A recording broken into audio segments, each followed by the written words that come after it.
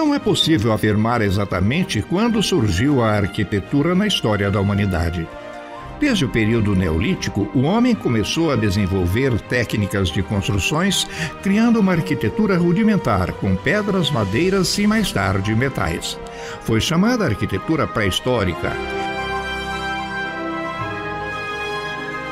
É deste período o grande círculo de pedras Stonehenge, no sul da Inglaterra, o mais bem preservado dentre vários monumentos megalíticos ou de grandes pedras.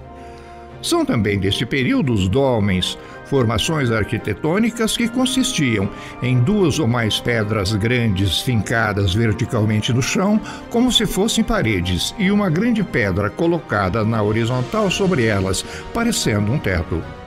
São datados do fim do quinto milênio até o fim do terceiro milênio antes de Cristo na Europa e até o primeiro milênio depois de Cristo no Extremo Oriente. As informações que chegaram até nós sobre essas construções são de que serviam para rituais místicos, culto a deuses e templos para sacrifícios. São também desse período as nuraguês, consideradas as primeiras formas de arquitetura mundial realizada pelo homem e a primeira manifestação da vontade e necessidade de as sociedades criarem e organizarem os espaços, lugares e posições. São construções que datam da Idade do Bronze a partir do segundo milênio antes de Cristo. As nuraguês eram construções edificadas em pedras em forma de um cone truncado, sem nenhum tipo de mistura de materiais para uni-las ou revesti-las. São consideradas as primeiras residências do homem que, assim, abandonavam as cavernas que até então usavam como forma de proteção contra as intempéries da natureza.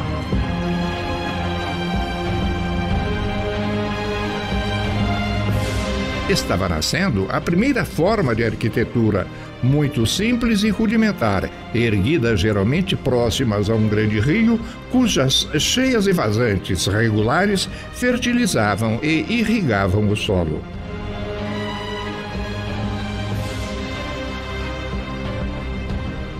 Pode-se dizer que a história da arquitetura acompanhou o desenvolvimento da sociedade, uma vez que surgiu da necessidade de organizar e adornar espaços, sobretudo os espaços urbanos.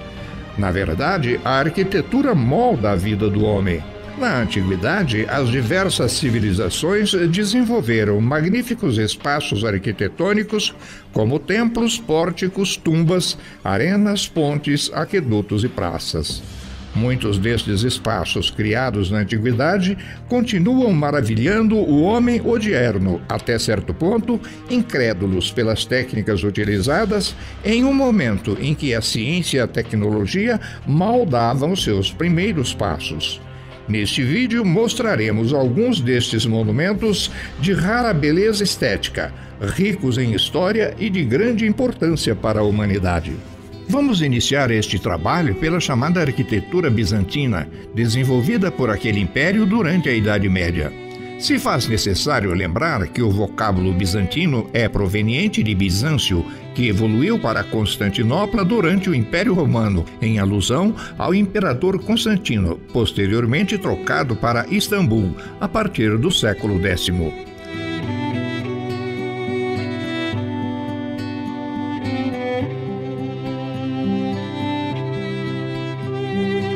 As principais características da arquitetura bizantina são os revestimentos por mosaicos vitrificados, ícones, pinturas sacras, cúpulas e minaretes.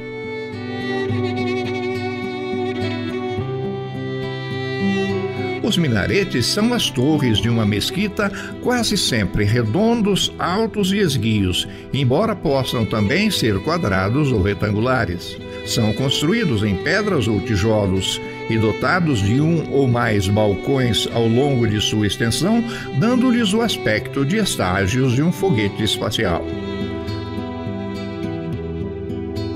E de um de seus balcões, um funcionário chamado muezim convocava o povo para 5 orações públicas diárias. Uma das mais belas mesquitas da arquitetura bizantina é a Mesquita Azul, dos princípios do século XVII, construída pelo sultão Ahmed, na praça do mesmo nome em Istambul. É considerada uma obra-prima da arquitetura e o culminar de 2 anos de desenvolvimento das mesquitas otomanas e da Igreja Bizantina.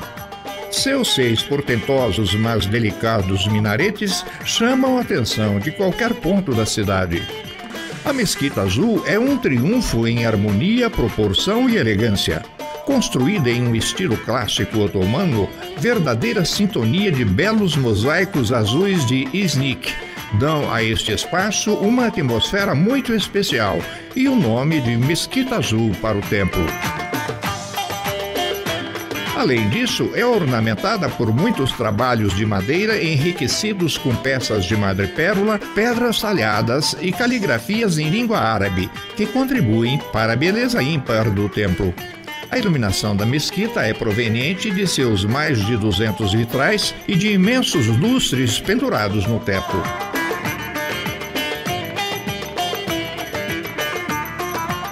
A Mesquita Azul sempre teve um papel proeminente na história otomana. No período de sua fundação, tornou-se tradição em Istambul recitar o Corão e cantar poemas da Natividade no interior da mesquita, no 12º dia do mês do Ramadã. O Ramadã é o 9º mês do calendário islâmico. É o mês durante o qual os muçulmanos praticam o seu jejum ritual e este é o 4º dos 5 pilares do Islã.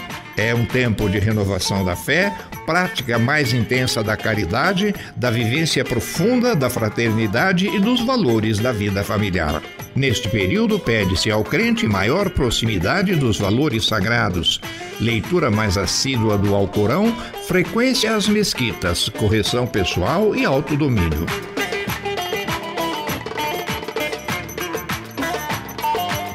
A construção da Mesquita Azul teria ocorrido devido a um sonho de Ahmed I. Entretanto, pode ter sido construída por sugestão de um verso do Alcorão que afirma: quem constrói uma mesquita para Deus, ainda que tão pequena como o ninho de um pássaro, será recompensado com uma casa no céu.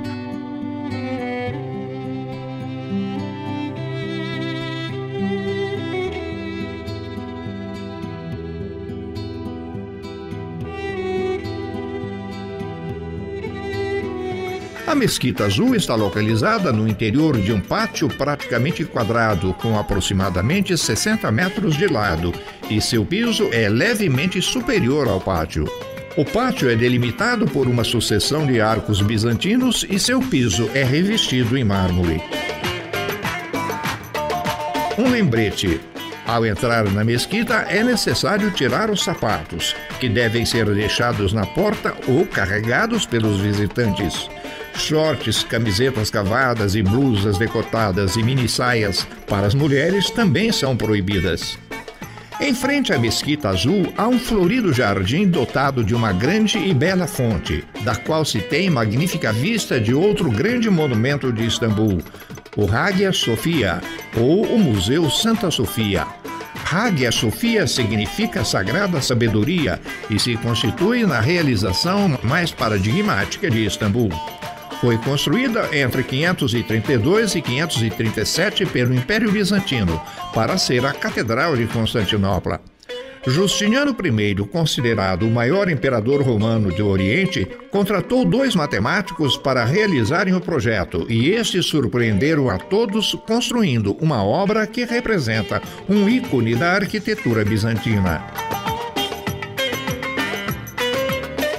Entre 1204 e 1261, foi convertida em Catedral Católica Romana durante o Patriarcado Latino de Constantinopla, Mesquita do Império Otomano em 1453 e hoje um grande museu desde 1935. Enquanto Igreja Romana, foi dedicada à segunda pessoa da Santíssima Trindade, sendo a festa de dedicação realizada em 25 de dezembro, a data em que se comemora o nascimento de Jesus. Embora seja chamada de Santa Sofia, como se tivesse sido construída em homenagem a esta santa, a palavra Sofia com H é a transliteração fonética em latim da palavra grega sabedoria. Assim, seu nome completo seria a Igreja da Santa Sabedoria de Deus. Famosa principalmente por sua enorme cúpula ou domo, Santa Sofia é considerada a epítome ou síntese da arquitetura bizantina e até um marco da arquitetura universal. Santa Sofia foi a maior catedral do mundo por quase 1000 anos, até que a Catedral de Sevilha fosse completada em 1520. Se tivesse continuado como igreja, seria hoje a terceira igreja do universo, uma vez que, em 1590, foi concluída a cúpula da Basílica de São Pedro em Roma.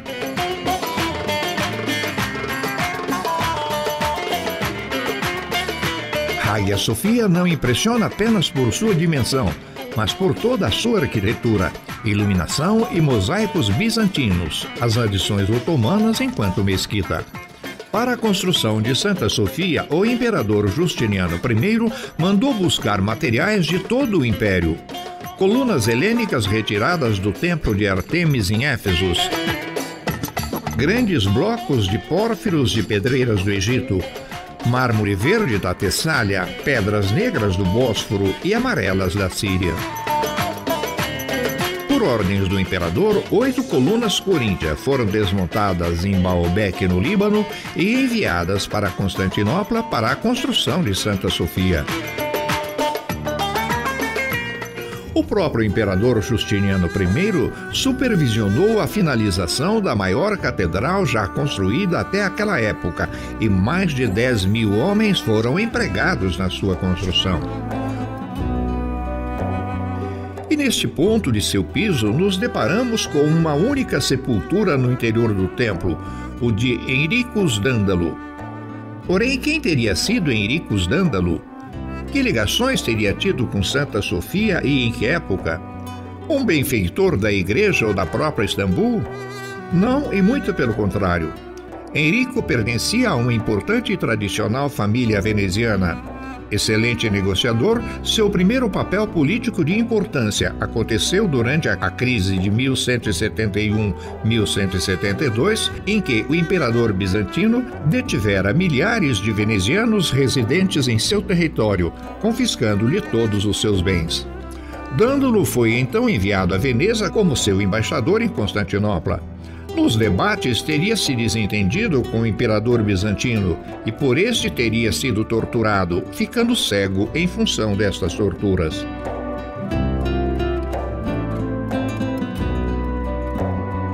Por essa ocasião, a Quarta Cruzada, estimulada pelo Papa Inocêncio III para retomar o Egito como forma de enfraquecer os muçulmanos que dominavam a Terra Santa, se encontrava estacionada e detida em Veneza.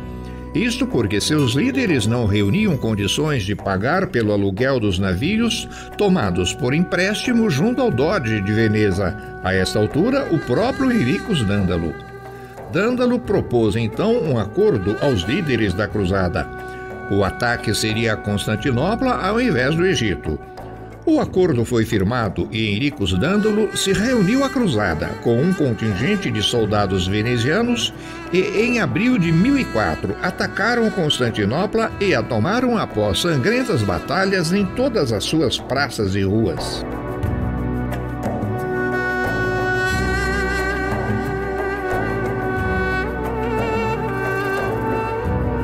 Por ordem de Henricus Dândalo, os homens da Quarta Cruzada saquearam toda a cidade, seus palácios, seus templos, principalmente Santa Sofia, levando para Veneza e Roma peças de ouro e prata e obras de arte de valor incalculável.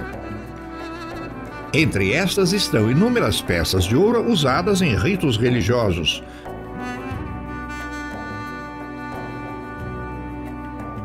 Um grande painel em ouro maciço e outros em arte bizantina que hoje estão no Museu da Basílica de São Marcos, em Veneza.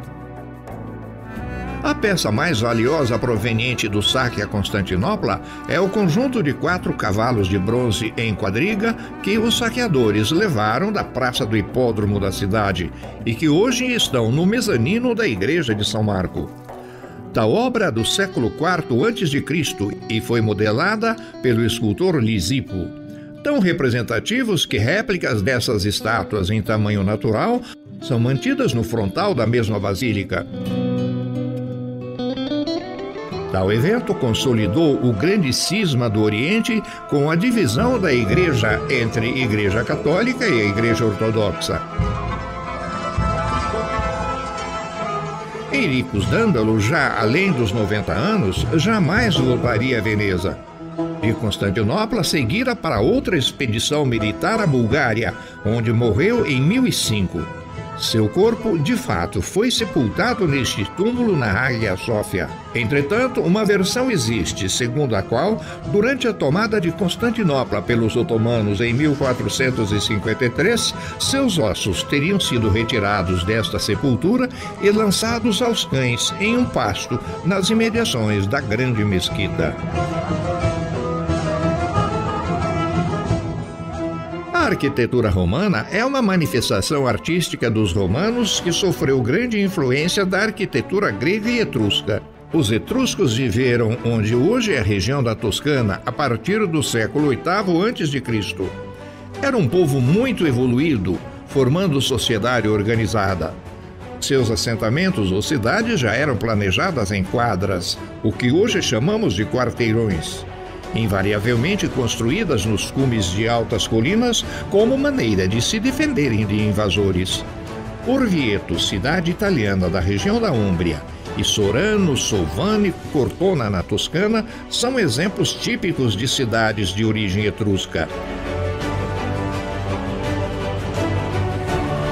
Vasos em cerâmica dos etruscos denotam que dominavam uma arte muito requintada.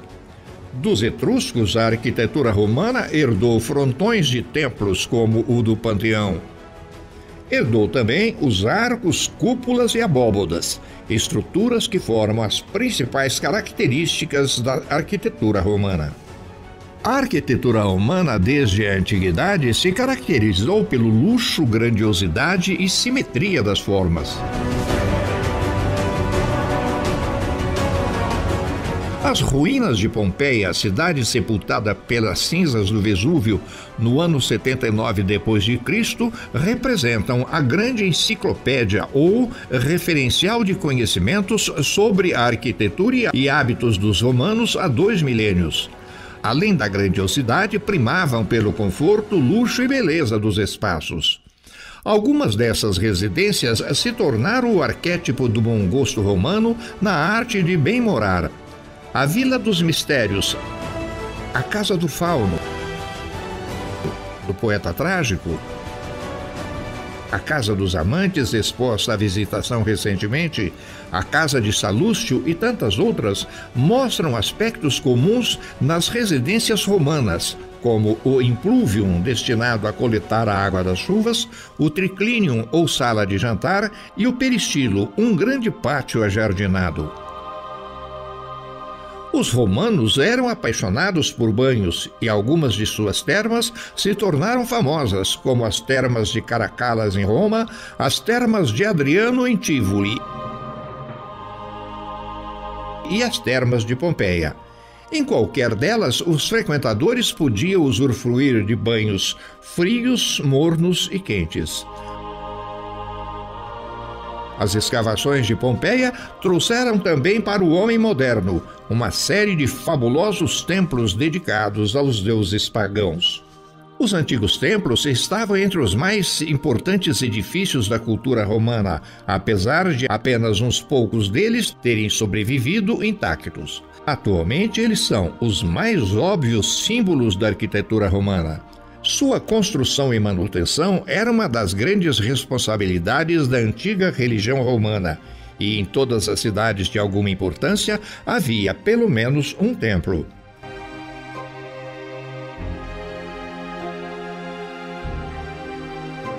A estrutura da Roma antiga mais bem preservada é o Panteão, erguido como templo pagão dedicado a todos os deuses, como diz o nome.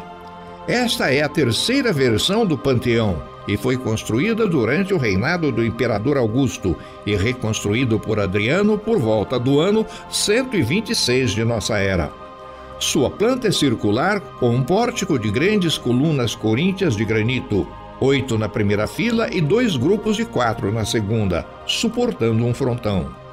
Um vestíbulo retangular liga o pórtico à rotunda, que está coberta por uma enorme cúpula de caixotes de concreto encimada por uma abertura central ou óculo destinado à entrada da luz.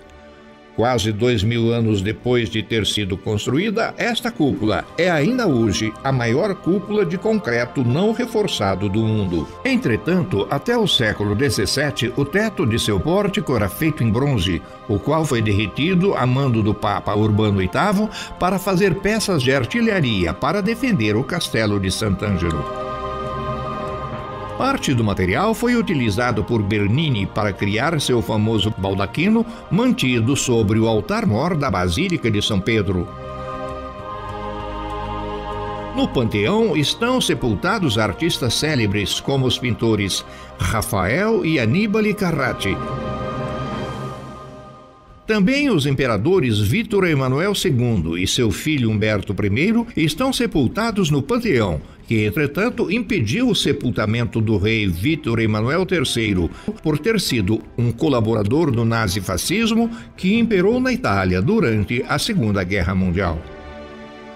Desde o ano 609, quando Roma o transferiu para a igreja, o panteão funciona como um templo católico, a Basílica de Santa Maria dei Martiri, também chamada pelos romanos de Basílica de Santa Maria della Rotonda.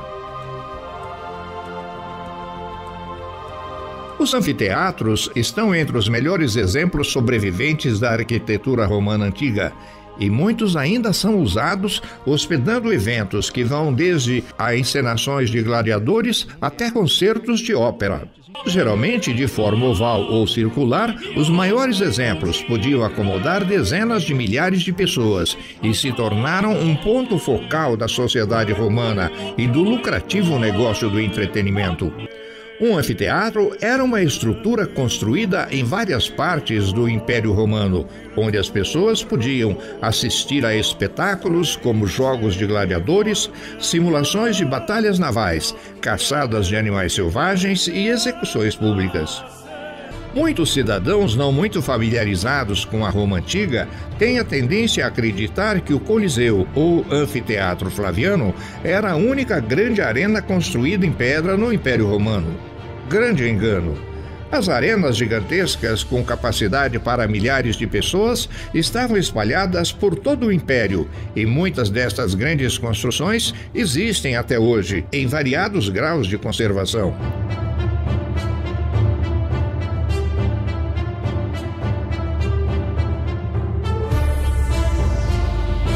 A mais bem preservada das arenas romanas está na cidade de Nîmes, ao sul da França, com aproximadamente 150 mil habitantes.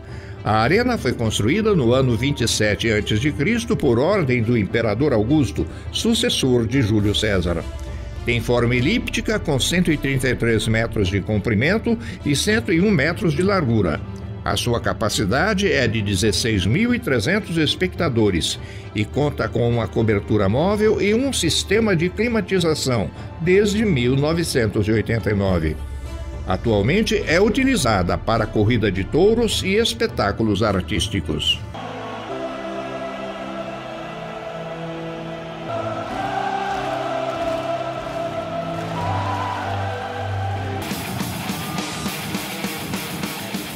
A cidade de Nîmes, localizada no Languedoc-Roussillon, herdou também do imperador Augusto, no ano 19 a 16 a.C., um belíssimo templo, que seus habitantes chamam de Maison Carrée, talvez o templo romano mais bem preservado de toda a área um dia dominada pelo Império Romano.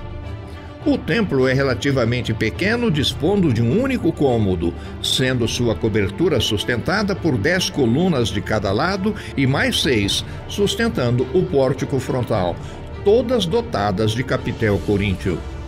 Teria sido construído pelo imperador como um presente a seus 2 netos e herdeiros, Lúcio e Caio César, que acabaram morrendo antes do imperador. Outra cidade do sul da França, agraciada com um belíssimo anfiteatro romano, é Arles, de 50 mil habitantes, localizada na região da Provence. A arena mede 136 metros de comprimento por 109 de largura, tendo sido construído em 2 planos. É do ano 90 a.C., no qual se assistia a corridas de bigas e lutas de gladiadores, podendo receber até 20 mil espectadores, capacidade reduzida para 12.500 pessoas após sua restauração. O maior de todos os anfiteatros romanos é o Coliseu de Roma, construído com tijolos revestidos de argamassa e areia e originalmente cobertos com travertino. A construção começou sob o governo do imperador Vespasiano em 72 d.C. e foi concluída em 80 sob o regime de seu sucessor, Tito. Outras modificações foram feitas durante o reinado de Domiciano. Estes 3 imperadores são conhecidos como a dinastia Flaviana, e por isso o anfiteatro foi nomeado em latim Anfiteatro Flaviano. O Coliseu foi construído em uma área onde se localizava o lago artificial da Domus Aurea, o grande palácio de Nero, cujas águas foram drenadas para o rio Tibre.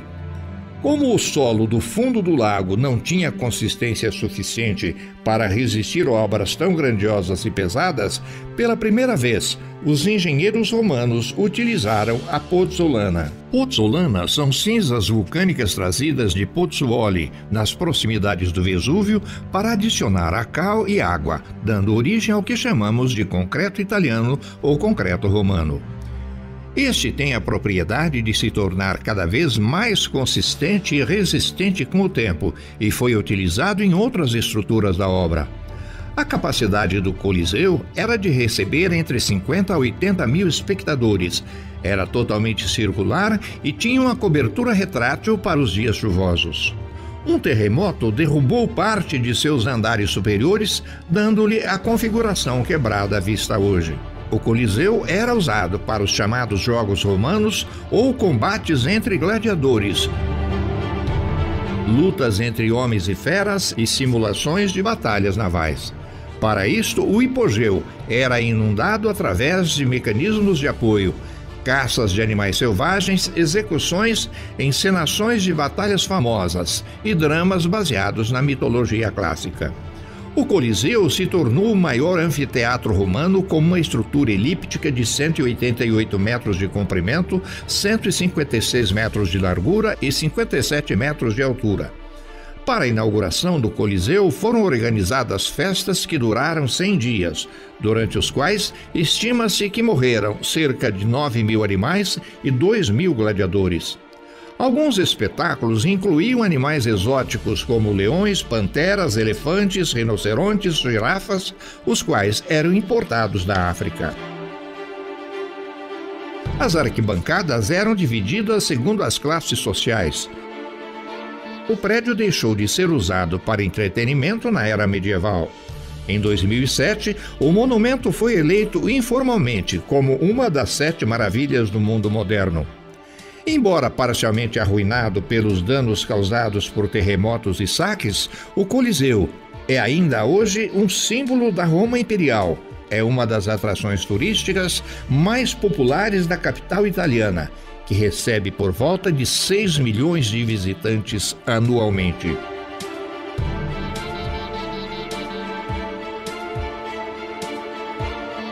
Até certo ponto, é muito difícil imaginar a vida do homem hoje caso os gregos não tivessem existido. Sem seus princípios e teorias filosóficas, seus hábitos, sua arte e sua literatura.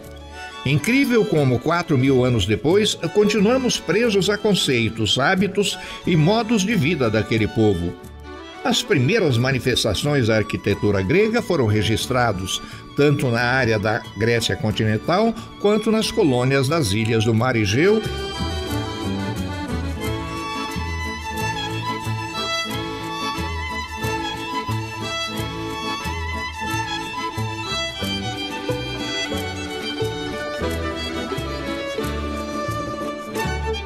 e na Ásia Menor, hoje chamada Turquia. Suas principais construções eram uma homenagem às divindades e suas figuras mitológicas. Por essa razão, eram estruturas e templos majestosos e buscavam aproximar o homem ao poder divino. Além dos templos, a arquitetura grega é marcada pela construção de grandes teatros, praças e estádios.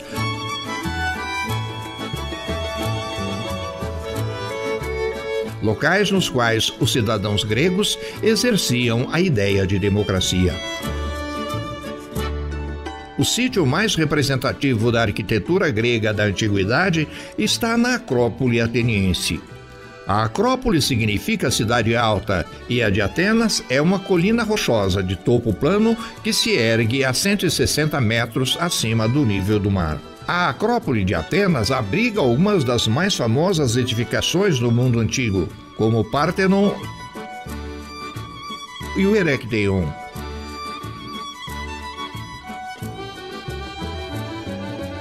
E aqui nos encontramos nos pés da Acrópole, cercada por oliveiras milenares que, segundo os atenienses, foram um presente sagrado concedido à cidade pela deusa Atena, chamada de Minerva pelos povos romanos. Atena é a divindade da sabedoria, inteligência, do senso de justiça e das artes. Filha de Zeus, principal deus da mitologia grega, Atena, a patronessa da cidade, era a protetora dos heróis, arquitetos, tecelões, poetas e filósofos. Muita gente subindo para o topo da Acrópole, provavelmente tomada pela mesma emoção que nos dominava, por estar realizando um sonho de adolescência. Subir à Acrópole e tocar com as próprias mãos as colunas do Pártenon, uma obra do V século a.C., o símbolo duradouro da Grécia e da democracia. Todos os monumentos da Acrópole de hoje foram idealizados pelo imortal Péricles, que reedificou a montanha sagrada após sua destruição pelos persas no ano 480 a.C., no episódio chamado Guerras Médicas. As novas obras foram projetadas pelos arquitetos Iquitinos e Calícrates e sua construção supervisionada por Fídias. E a primeira obra focalizada por nossa câmera no topo da famosa montanha é o templo à deusa Nike, sustentado por 4 colunas jônicas à frente e 4 atrás. Nike era uma deusa alada que personificava a vitória segundo a mitologia grega e cuja estátua se assentava em uma rocha no interior do pequeno templo. Porém, antes de se atingir o topo da histórica montanha, o visitante passa pelas imediações do Odeon de Péricles. Os Odeons, esparramados por todas as cidades greco-romanas, eram sempre semicirculares e tinham como função principal apresentações musicais e performances de canto, poesia e oratória. Via de regra, eram também utilizados para reuniões políticas, razão pela qual eram alternativamente chamados de buleterions. O de Atenas foi construído no ano 435 a.C., com 4.000 metros quadrados de área. Periodicamente, Atenas realizava as Panateneias, um grande festival de músicas, danças, desfiles, competições esportivas, sacrifícios de animais e farta distribuição de comida para a população. Tudo para homenagear a deusa Atena. E a parte musical deste festival era desenvolvida aqui no Odeon de Péricles. A entrada para o topo da Acrópole se faz pelos propileus, concebidos para proporcionar uma entrada monumental ao local, o centro religioso da cidade de Atenas. Por aqui passou Teseu para ir ao seu palácio e Péricles quando participava das procissões das Panateneias. Os propileus ocupam toda a faixa oeste da Acrópole e se compõem de um edifício central e 2 alas laterais. A computação gráfica permitiu uma perfeita recomposição da estrutura original. As colunas dos propileus e de todos os demais templos da Acrópole foram modeladas com mármore do Monte Pantélico, que tem a propriedade de refletir a luz solar, emitindo uma coloração rósea. As minas do Monte Pantélico foram estatizadas para que todo o seu mármore fosse e continua sendo destinado apenas às obras dos templos da Acrópole. Atravessados os pórticos dos propileus, à esquerda de quem entra se localiza o magnífico Erechtheion e à direita a obra-prima da arquitetura grega antiga, o Pártenon. Entretanto, antes que a atenção do visitante seja dominada pelos detalhes destes templos, o que o fascina são as vistas da Grande Atenas tomadas do topo da Acrópole. A cidade é uma das mais antigas do mundo, estando seu território continuamente habitado há 3.400 anos. A Atenas clássica do período da Grécia Antiga foi uma poderosa cidade-estado, um centro artístico, estudantil e filosófico desde a antiguidade. Essa cidade sediou a Academia de Platão e o Liceu de Aristóteles, além de ser amplamente considerada como o berço da civilização ocidental e da democracia, em grande parte devido ao impacto de suas realizações culturais e políticas durante os séculos IV e V a.C. O Erechtheion é um templo consagrado a Atenas e Erechtheus, um rei da mitologia ateniense. Foi construído entre 421 e 406 a.C., sendo considerado o mais belo monumento em estilo jônico da Grécia. Possui 2 corpos individuais irregulares devido à diferença na altura do terreno. O pórtico sul é o mais famoso por ter 6 figuras femininas, as cariátides, que simbolizavam as sacerdotisas do templo e que sustentam parte de sua cobertura. Segundo algumas fontes, este setor do templo guardaria o túmulo do rei Erechtheus, que foi mencionado na Ilíada de Homero como o grande rei de Atenas durante o período arcaico. Porém, é o Párthenon a atração máxima da Acrópole de Atenas, sendo considerada uma obra de grande pureza e perfeição. Foi construído sobre a base de outro edifício, outrora ali existente, destruído pelos persas 40 anos antes. As belas proporções da estrutura derivam da razão 9/4, o ideal matemático que encampa as relações de comprimento e largura e o espaço entre as colunas com base em seus diâmetros. Outro recurso matemático de extraordinária sapiência utilizada pelos arquitetos ictinos e Calícrates diz respeito à espessura e curvatura das colunas. Todas as linhas aparentemente retas do Párthenon são, na verdade, ligeiramente curvas. Para compensar a tendência dos olhos em ver as colunas no meio mais finas do que na verdade o são, a solução encontrada foi arquear cada uma delas, que também foram ligeiramente inclinadas para dentro. Como requinte final, as colunas dos cantos do templo são mais grossas, pois estas recebem mais luz solar que as demais, e pareceriam assim mais finas caso não fosse feito tal arranjo. Isso representa um feito extraordinário, se considerarmos que foi projetado e construído no ano 438 a.C. Tais colunas têm estilo dórico, e o templo guardava em seu interior uma gigantesca estátua da deusa Atena Parteno, esculpida por Fídias em ouro e marfim. E daí deriva o nome da majestosa obra. Partenos é uma palavra que significa virgem, estado fisiológico atribuído pelos gregos à sua deusa Atena, e que também dá seu nome a esta extraordinária cidade, símbolo definitivo da cultura clássica da Grécia, base de toda a sociedade ocidental. Nenhum cidadão, amante das artes, da filosofia, da democracia, do saber e da cultura, deveria morrer sem conhecer Atenas e seus grandes monumentos.